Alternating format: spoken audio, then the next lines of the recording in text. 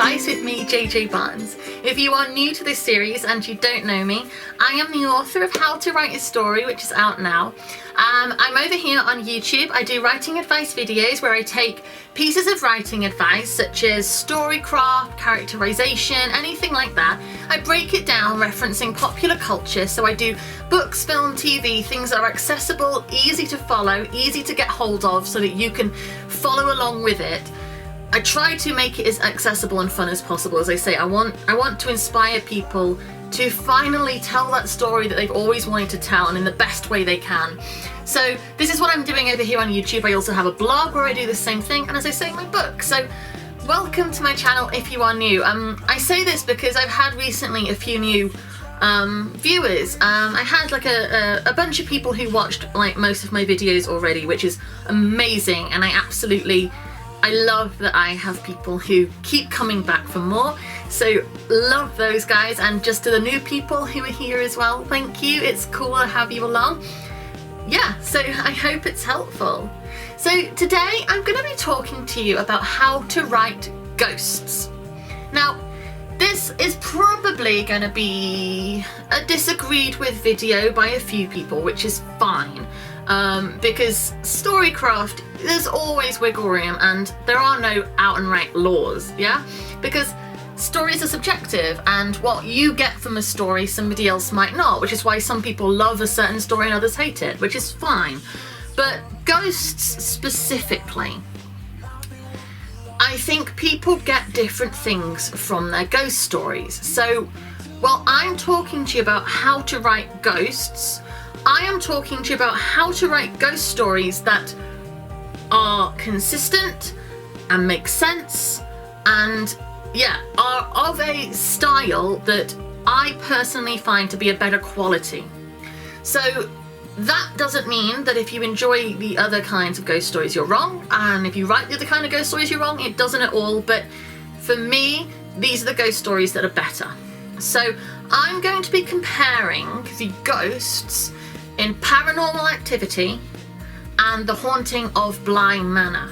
So if you've not seen any of those, you probably don't want to write or watch ghost stories. But anyway, point is, for ghost story enthusiasts, those are solid picks. So, Paranormal Activity Ghost.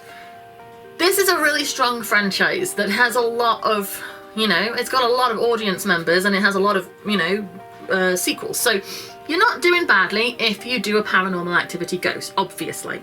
However, the problem with the ghosts in Paranormal Activity is the inconsistency.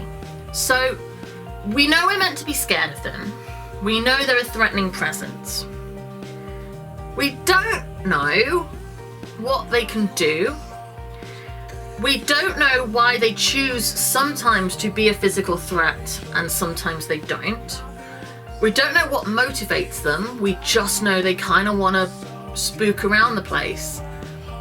And you never actually get a handle on it. It's all kind of just left. Which, as I say, if you like that, that's fine. The Bly Manor ghost, right? It's a slower story, so if you don't like a slow story, then that might not work for you. But the Bly Manor ghost has a purpose. She walks out of the lake, into the house, into the bedroom, grabs somebody, drags them back to the lake and kills them. Consistent. That is what she does every single time. She is a physical threat. That is shown to you. She always does the same thing.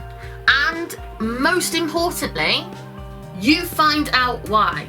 It never changes. She isn't sometimes just spooking around, like wibbling into shot, being all spooky and then vanishing. She's not doing that. She has a purpose. She's going up there. She's leaving again, taking the body with her. So the story makes sense. It's essentially like motivating a villain. A villain can be super, super, super scary, super threatening, but if what they're doing makes no sense, they might still be scary, but it's not strong. It's not quality in a story. So a ghost that just occasionally is a physical threat when it's story relevant, and the rest of the time isn't, and seems driven to scare people for a purpose. If a ghost wants to scare people, then it has to either be because they want them to leave or they get something from it. But if the ghost gets something from the people being there and they scare them so much they would leave, what's the purpose? Like, there is no logic to it, and it bothers me when I watch or read a ghost story where there seems to be no logical purpose for the ghost trying to scare people, sometimes being able to do things, sometimes not, and seemingly be doing it for no motivation beyond scaring them and eventually killing them, or not. If they want to kill them, why don't they just kill them immediately? If they've got the power to murder, what were they doing just wibbling around in the background? They could have just killed them straight away. The only reason these things happen is so the story can go on for longer. It's conflict because the characters are being scared and there's a threat. Sure, conflict, great. Giving the characters something to do, a mystery to solve, all good. Love that. Love having action on screen, love having, conflict, things to talk about, things happening, all good. But if the ghost has the power to murder you, why did it wait so long to do it? It needs to make sense. Alternatively, if your ghost doesn't have the power to murder you and it is just wibbling around in the background, it's not much of a threat. Why are you scared of it? Now, I am very easily scared, so I can see a ghost wibbling around in the background and be frightened. But that's not because it's a threat, that's just because I'm easily scared. But you can do more, you can do better. So think of your ghost as a character. If you wouldn't have a character who sometimes is able to hurt you and sometimes isn't, unless there's an actual physical reason, a noteworthy story plot reason for it, then your ghost shouldn't.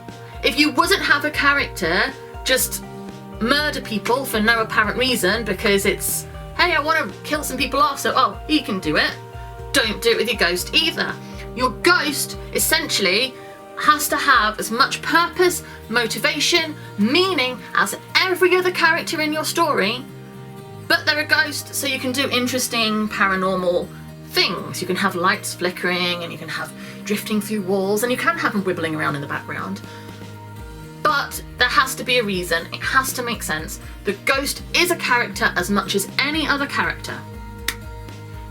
That is my advice when you're writing a ghost. Make it as scary as you like, have them working to a purpose, have them scaring them in this direction or that direction for a purpose, have them appear suddenly for a purpose.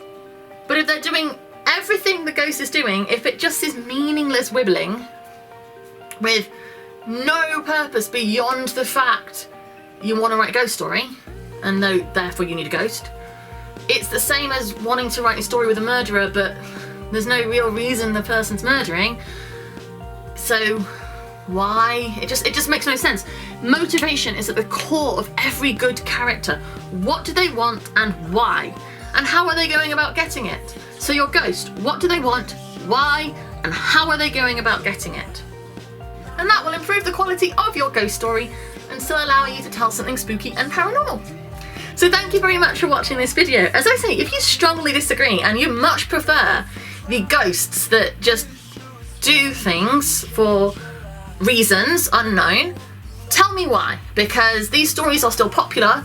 Not always, but a lot of them are popular.